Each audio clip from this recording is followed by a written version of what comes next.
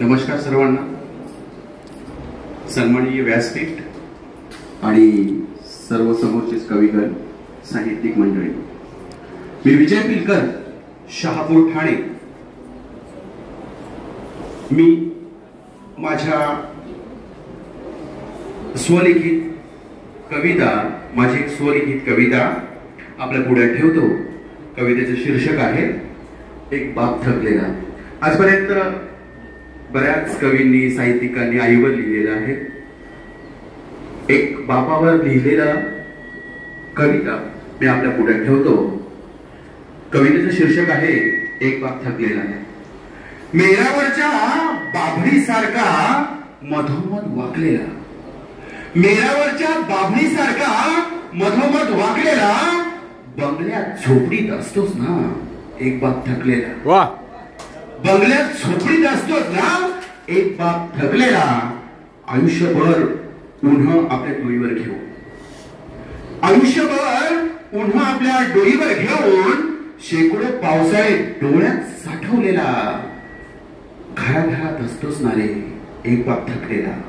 घराघरात असतोच ना रे एक बाप थकलेला. कुटुंबासाठी राब राब राबतो, चंदनासारखा झिजतो.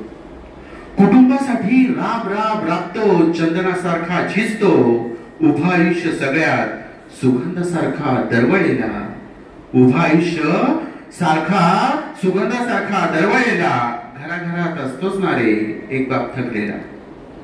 संस्कारांची बांधून गाठ लेकरांची माय होतो, संस्कारांची बांधून गाठ लेकरांची माय होतो. उसवलेल्या आभाळाला कळत नकळत ठिगळ लावतो. हो हो. की संस्कारांची बांधून गाठ लेकरांची माय होतो. उसवलेल्या आभाळाला कळत नकळत ठिगळ लावतो. सर्वच नाती निभावून तो भरून पुरून उरलेला, घराघरात असतोच ना रे एक बाप थकलेला. आता तो थकला आहे. बघा पुढच्या ओळी, की आता तो थकला आहे, वार्धक्याने झुकला आहे, एकदा त्याला मिठीत बघा ना घेऊन.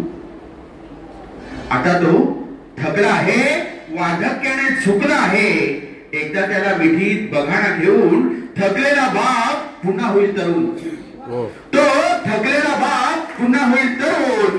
त्याच्यासोबत गाणी गा, तो त्या भजनात तल्लीन झालेला, घराघरात असतोच ना रे एक बाप थकलेला.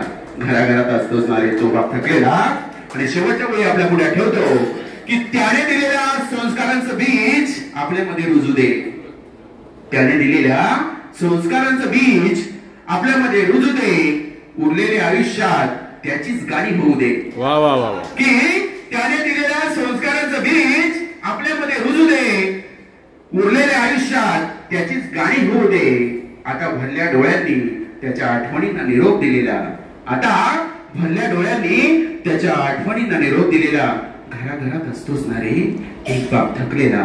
घराघरात असतोच ना रे एक बाप थकलेला. धन्यवाद.